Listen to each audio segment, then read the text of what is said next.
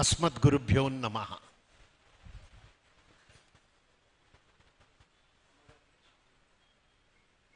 మన ధార్మిక మార్గాన్ని ఏర్పరిచింది ఆదిశంకరుల వారైతే సుమారు 1400-1500 సంవత్సరాల పైన అవుతుంది. అయినా ఏమాత్రం చెక్కు చెదరకుండా ఆదిశంకరులను పూజిస్తూనే ఉన్నాం. రామచంద్రుడిని ఎప్పటి వరకు మనం పూజిస్తామో ఆదిశంకరుల వారిని అంతవరకు మనం పూజిస్తాం. దీనికి మరొక తిరుగులేదు. అలాంటి ఆదిశంకరుల వారి గురించి అనంత లక్ష్మమ్మ, లక్ష్మి అంటేనే ఎంతో శుభప్రదం, అందులో అనంతమైన లక్ష్మి ఆ తల్లి. ఇంకా ఆ తల్లి నోటి నుంచి వస్తే ఇంకెంత వైభవంగా ఉంటుందో, ఎంత మధురంగా ఉంటుందో విందాం. అలాగే మా నారాయణమూర్తి గారు సుమారు నాకు ఒక 2 దశాబ్దాలు అయిందనుకుంటాను వారితో పరిచయం అయ్యి. ఎప్పుడో మలక్పేటలో మా మార్కెట్లో వారు ఆంజనేయుడి పైన చెప్పడం జరిగింది. నాకు ఇప్పటికీ జ్ఞాపకం ఉంది. వారి కంఠము, వారి చెప్పే విధి విధానము ఎంత నాలాంటి అసలు ఏమీ తెలియని మొద్దుకు కూడా అర్థమయ్యేంత చక్కగా వారు నారాయణమూర్తి గారు చెప్తారు. నేనే కొద్దిగా అర్థం చేసుకోగలిగానంటే ఈడున్న పండితులు పామరులు చక్కగా అర్థం చేసుకోగలుగుతారు.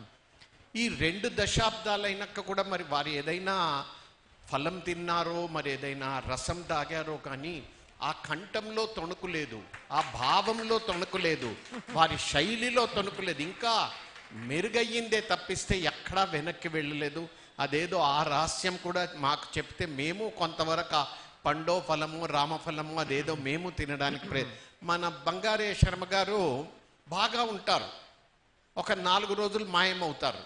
మళ్ళీ ఎప్పుడో ఫోన్ మాట్లాడితే అయ్యా గురువు గారు చెప్పండి అంటారు. ఎవరు బంగారు గారు అని అంటే నేనే గొంతు పోయిందండి అంటాడు. నేనంటాను వద్దయ్యా కొంచెం తగ్గించుకో. నేను ఒకవైపు చెప్తూ ఉంటే ఈరోజు సాయంత్రం అక్కడికి వెళుతున్నాను, 3 రోజులు ఇక్కడుంది, 4 రోజులు ఇక్కడుంది. అయ్యా నారాయణమూర్తి గారు వారికి అదేదో ఉపదేశం చేసి వారు గొంతు కంచు కంఠంలా అయ్యేలా చెయ్యాలని మిమ్మల్ని కోరుతున్నాను. అలాంటి కాబట్టి చక్కటి వేదిక. ఎన్ని వేల మంది ఉన్నారని కాదు, ఎంతమంది శ్రద్ధాపరులు ఉన్న వాళ్ళని కావాలి. మొన్న 2 రోజుల క్రితమే ఏదో 5 లక్షలు 10 లక్షల మందితో ఒక పార్టీ వాళ్ళు మీటింగ్ చేశారట. టీవీల్లో కూడా కొంతమంది చూసిండొచ్చు.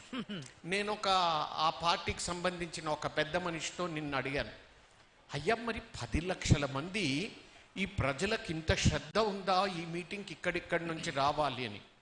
అతను తల కొట్టుకొని ఒక మాట అన్నాడు, రమేష్ గారు ఇది మీ వరకు మా వరకు ఉంచండి, మేము ఎంత డబ్బులు ఖర్చు పెట్టుకున్నామో మేము ఎలా తీసుకొచ్చామో మాకు తెలుసు అన్నాడు. అలాంటి వేల మంది రావడం వల్ల లాభం ఏంటి? నిజంగా ఆసక్తి పరులు ఇలాంటి వాళ్ళు కొద్ది మంది వచ్చినా చెప్పిన పెద్దలకు సంతృప్తి ఉంటుంది, విన్న వాళ్లకు సంతృప్తి ఉంటుంది. ఇవన్నీ ఏర్పాటు చేసిన మన బంగారానికి కూడా ఆనందం కలుగుతుంది.